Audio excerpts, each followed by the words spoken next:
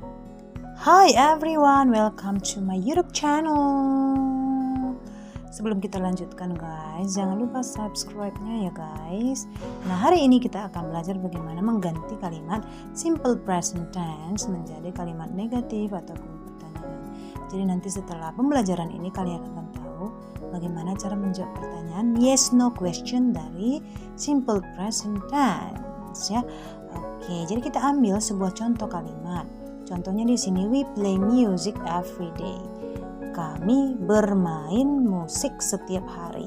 Ingat, simple present tense itu fungsinya apa? Untuk kegiatan yang kita lakukan secara berulang-ulang atau kebiasaan kita ataupun fakta ya kan. Nah, ini dia ada setiap hari, berarti kita sudah melakukannya berulang-ulang. Nah, apa subjeknya? We. Mana kata kerjanya? Play.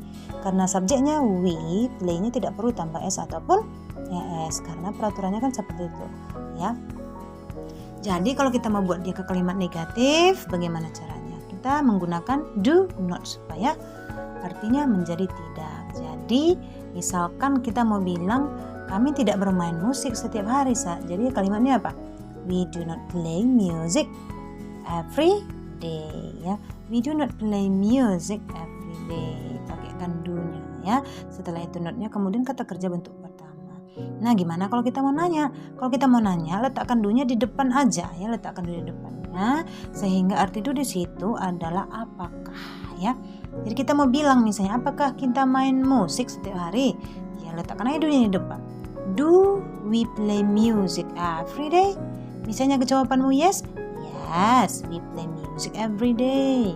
Kalau misalnya no, no, we do not play music every day. Nah, jadi kuncinya apa? Kuncinya ingat rumusnya ya. Apapun ceritanya, rumusnya harus diingat. Kalau kau nggak mau ingat, jadi apa yang mau kita tulis ya? Ingat-ingat, dihafal-hafal. Gimana kalau subjeknya orang ketiga tunggal guys? Misalnya subjeknya adalah she. She plays piano every week. Dia bermain piano setiap minggu. Berarti setiap minggu berulang-ulang ya. Dia bermain piano setiap minggu. Kenapa ditambah s di situ? Kenapa di sini ada s?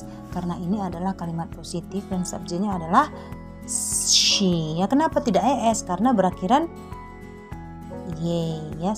Sebelum y itu ada huruf hidup ya, tambah es. Tambah s bukan s ya. Jadi she plays piano every week. She does not play piano every week itu apanya? Kalimat negatifnya. Sehingga arti kalimat ini apa? Dia tidak bermain piano setiap minggu. Dia tidak bermain piano setiap minggu.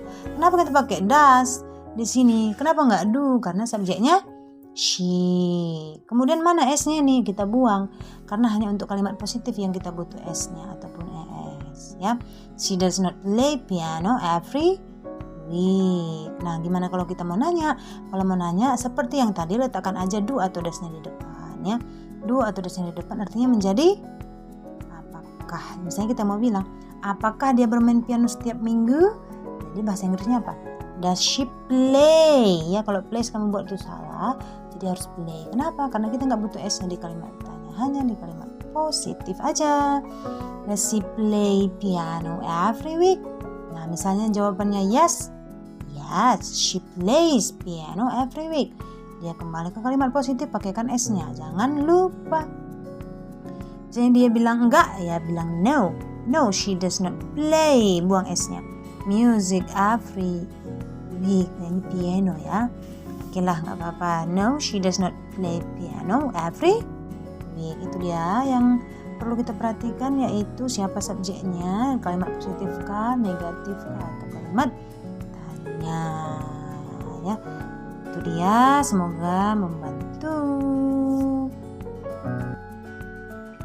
Halo boy, ini aku Mem Jus lagi. Kita akan mempelajari bagaimana mengganti kalimat simple past tense ke kalimat negatif ataupun pertanyaan. Dan kita akan pelajari nanti gimana menjawab yes no question dari simple past tense guys. Nah, kita ambil satu contoh di sini ya guys, yaitu we ate burger last night. Sebelumnya Mem akan mengingatkan dulu apa sih simple past tense. Simple past tense itu kita gunakan untuk kegiatan kapan?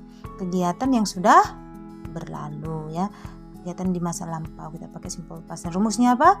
Subject, verb to, object dan keterangan tempatnya ataupun keterangan tempat, ya.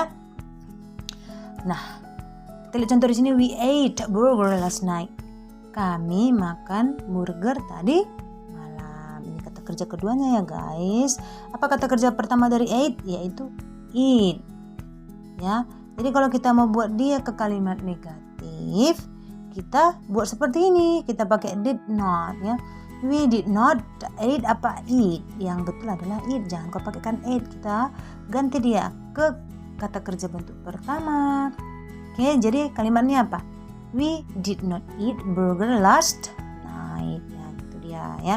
Nah, kalau kita mau nanya gimana? Letakkan aja did-nya ini ke depan. Artinya apa nanti? Artinya ini menjadi apakah. Misalnya kita mau bilang apakah kita makan burger tadi malam? Ya, seperti ini dia kalimatnya.